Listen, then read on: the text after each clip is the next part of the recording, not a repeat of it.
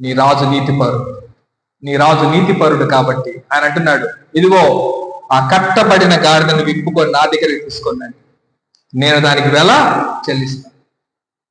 దానికి మారుగా గొర్రె పిల్లను ప్రతిష్ఠించండి కదా, దానికి మారుగా గొర్రె పిల్లను ప్రతిష్ఠించండి. ఎందుకు? గాడిద బలి ఇవ్వడానికి పనికిరాదు, గాడిద యొక్క విలువ తక్కువ, గాడిదకి విలువ లేదు. అయితే విలువ లేని నీకు నాకు మారుగా ఒక గొర్రె పిల్ల ప్రతిష్ఠించబడాలి. ఆ గొర్రె పిల్లే మన ప్రభు అయిన యేసుక్రీస్తు. హల్లెలూయా. మన ప్రభు అయిన యేసుక్రీస్తు మన పక్షముగా ఆయన నిలువబడి ఇదిగో మనలకు విడుదల తీసుకొని వచ్చాడు. విడుదల తీయకపోతే మన పరిస్థితి ఏంటట?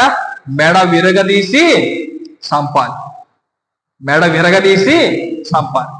కాబట్టి ప్రభు మన మీద జాలిపడి ఆయన మనలను ఏం చేశాడు? కట్టబడిన మనలను ఆయన విడిపించాడు. ఇర్మియా గ్రంథము 13వ అధ్యాయం 17వ వచనం. ఇర్మియా గ్రంథము 13వ అధ్యాయము 17వ వచనం. ఇర్మియా 13:17. 13వ అధ్యాయం 17వ వచనం. అయినను మీరు ఆ మాట విననొల్లని ఎడల మీ గర్వమును బట్టి నేను చాటున ఏడ్చెదను. యెహోవా మంద చెరపట్టబడినందున నా నేత్రములు బహుగా వలపోయొచ్చు, కన్నీరు విడుచుచు. హల్లెలూయా, హల్లెలూయా. ఏం చెప్తున్నాడు ఇక్కడ కదా? నా మంద చెరపట్టబడింది కదా, నా మంద చెరపట్టబడింది. గాడిదలన్నీ చెరపట్టబడ్డాయి, ఇప్పుడు వాటిని విడిపించాలి. వాటన్నిటికీ బదులుగా ఒక గొర్రె పిల్లను ప్రతిష్ఠించాలి కదా. నా మంద చెరపట్టబడినందుకు నా కన్నీళ్లు బహుగా వలపోయిచున్నాను, నా కన్నీళ్లు బహుగా వలపోయిచున్నాను అని ప్రభు సెలవిస్తా ఉన్నాడు. సామెతల గ్రంథం 29వ అధ్యాయము 18వ వచనం. సామెతల గ్రంథం 29:18.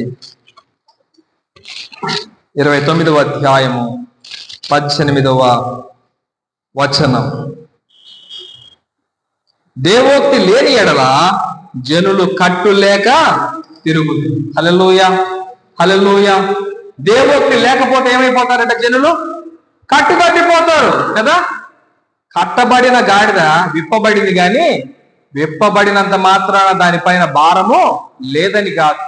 ప్రభు అయిన దేవుడే దానిపైన కూర్చున్నాడు కదా. ప్రభు అయిన దేవుడే దానిపైన కూర్చున్నాడు. అది విప్పబడింది, నాకు స్వతంత్రం వచ్చింది, నేను ఎటుబడితే తిరుగుతాను అంటే కుదరదు. నేను ఎటుబడితే తిరుగుతానంటే కుదరదు. అందుకే దేవోక్తి ఉండాలి నీకు. దేవోక్తి లేని ఎడల జనులు కట్టు తప్పుతారు అని సెలవిస్తా ఉన్నాడు.